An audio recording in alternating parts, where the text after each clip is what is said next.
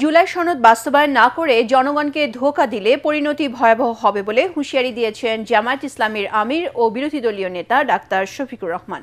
বরিশালে হেমায়েতুদ্দিন কেন্দ্রীয় ঈদগাহ মাঠে বিভাগীয় সমাবেশে একথা বলেন তিনি। বিভিন্ন বরাদ্দের ক্ষেত্রে বিরোধী দলের এমপিরা বৈষম্যের শিকার বলেও অভিযোগ করেন ডাক্তার শফিকুর। এ সময় বিরোধী দলীয় চিফ হুইপ নাহিদ ইসলাম বলেন, সংবিধান সংশোধন কমিটির নামে জাতির সাথে প্রহসন করছে সরকার। খায়রুল ইসলামের রিপোর্ট। গণভোটের রায় বাস্তবায়ন, জনদুর্ভোগ নিরসন, দ্রব্যমূল্য নিয়ন্ত্রণ ও যোগাযোগ ব্যবস্থা সহ অবহেলিত দক্ষিণাঞ্চলের সার্বিক উন্নয়নের দাবিতে বরিশালে বিভাগীয় সমাবেশ করেছে 11 দলীয় ঐক্য। এতে অংশ নেয় দলগুলোর দক্ষিণাঞ্চলের হাজার হাজার কর্মী সমর্থক। যেখানে 11 দলের নেতারা সরকারের নানা সমালোচনা করে বলেন, দেশের মানুষ সংস্কার চায়, তাই যত দ্রুত সম্ভব এই বিষয়ে সরকারকে উদ্যোগ নিতে হবে। আপনারা বিচার এবং সংস্কারকে ভুলিয়ে দেওয়ার ষড়যন্ত্র করছেন। আবার এই প্রজন্ম জেগে ওঠে, বিচার সংস্কার বাস্তবায়ন করে নতুন সরকার প্রতিষ্ঠা করা হবে।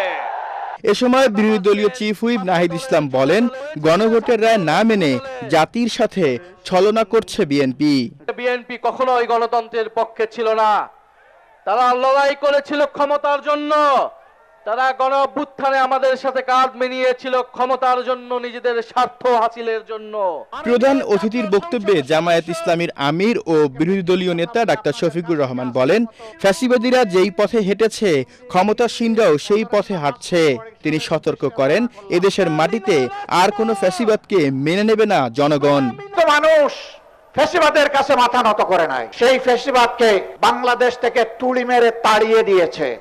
আপনারা হাজার চেষ্টা করলে ওই ফ্যাসিবাদী আওয়ামী লীগ হতে পারবেন না। আপনারা ডামি ফ্যাসিবাদ হতে পারবেন। আসল ফ্যাসিবাদকে এই জনগণ পাত্তা দেয় নাই। ডামি ফ্যাসিবাদ আবার কিসের?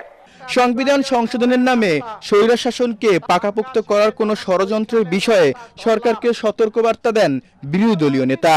সংবিধান সংশোধন কমিটি বলে কোনো কমিটি নাই। এটা অবৈধ যদি গঠন করা হয়ে থাকে। ওখানে আলাপ আলোচনা করে তাদের মন মতো কিছু জিনিস স্বৈর শাসনকে পাকাপোক্ত করার জন্য তারা হয়তো নিয়ে আসবে। 2/3 জুড়ে হয়তো পাশও করবে। তারপরে বলবে, আগে তো সংবিধানে গণভোট ছিল না, এখন 15 সংশোধনী বাতিলের মাধ্যমে এটা ফিরে এসেছে, আমরা এখন এই বিষয়গুলোই এখন গণভোটে দেব। সরকার বিরোধী দলের আসনগুলোতে বৈষম্য করছে বলে অভিযোগ করেন আমিরে জামাত। এই জাতি আপনাদেরকে ছেড়ে কথা বলবে না। খায়রুল ইসলাম, এটিএন বাংলা, বরিশাল। ঢোকার পথে পা বাড়াবেন